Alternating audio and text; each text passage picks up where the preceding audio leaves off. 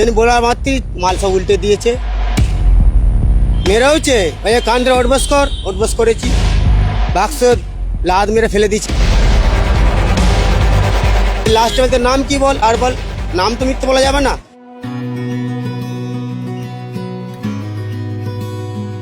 আত্মা রেখে ধর্ম, কিন্তু সেই ধর্মাচরণেই যদি গোবলয়ের ছায়া পড়ে মহাপুরুষদের এই বাংলায়। সম্প্রতি 5 লক্ষ কণ্ঠে গীতাপাঠ অনুষ্ঠান আবহে এমনই এক বেনজির কাণ্ডে শিরোনামে শহর কলকাতা।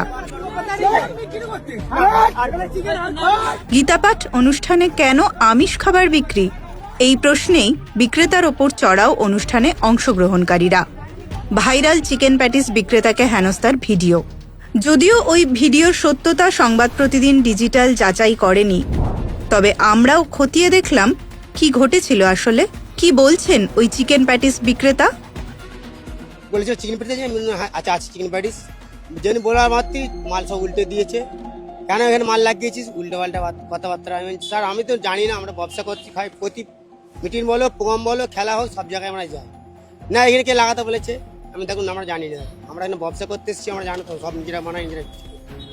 এই কথাই বলতে বলতে 2-1 গ্রাম মেরেওছে। ওই কান ধরে ওটবস করেছি, প্রায় 15-20 জন। বাক্স লাদ মেরে ফেলে দিয়েছে। আমরা ব্যবসা করে খাই, রুজি আমাদের, এই আমার রুজি বাক্স উল্টে ফেলে দিয়েছে, সব ময়লা মাল ফাল নষ্ট করে দিয়েছে, আমাদের ক্ষতি করে দিয়েছে। এবার লাস্টে বলতে নাম কি বল, আর বল। হ্যাঁ আমি আমার নাম এই শেখ রিয়াজু, নাম তো মিথ্যে বলা যাবে না। হ্যাঁ এখান থেকে তো মাল লাদ কে বলেছে, আমি দাদা আমরা জানি না, আমরা তো ব্যবসা সব জায়গায় বসে খাই, খেলা হলে যাই, সল্লে মল্লে সব স্ট্রিটে আমরা যাই, যে মা ব্যবসা করে খাই।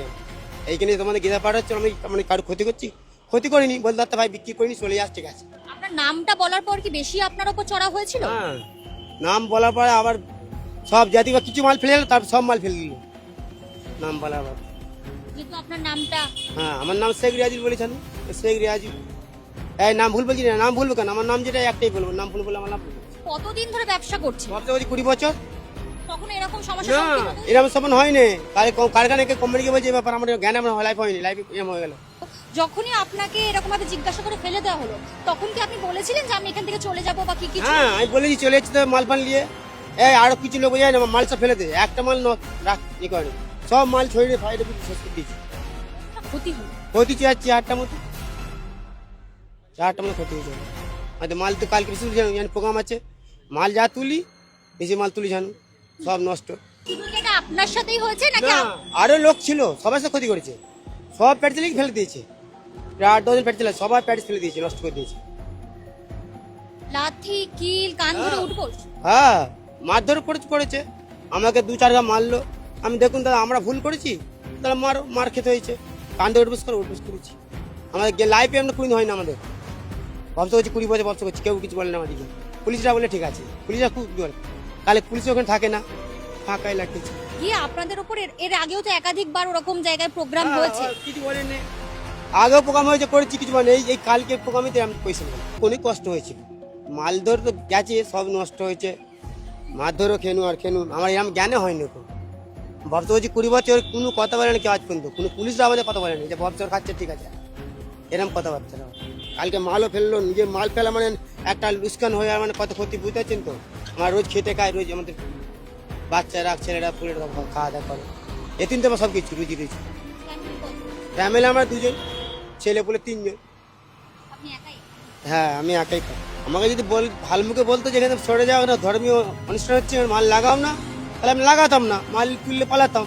আমরা যেমন ব্যবসা করার নিয়ম ব্যবসা করতে গেছি, তা ব্যবসার নাম বলার আগেতেই ফেলে দিচ্ছে মাল, নাম বলতে সব মাল ফেলে দিল, লুস্কান করলো, আমার ক্ষতি করলো।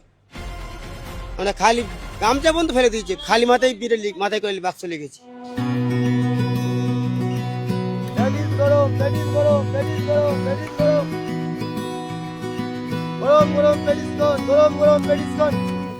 রোজকার কাজ, ভিড় বাড়লেই হাসি ফোটে ওদের মুখে। ওরা জানেন না ধর্মের নামে খাবার ভেদের কথা।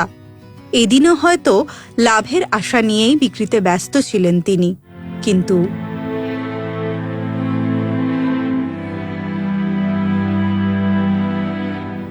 ক্যামেরায় ব্রতিন কুণ্ডুর সঙ্গে প্রিয়াঙ্কা পাত্র রিপোর্ট, সংবাদ প্রতিদিন.in। ফলো করুন সংবাদ প্রতিদিন ডিজিটাল।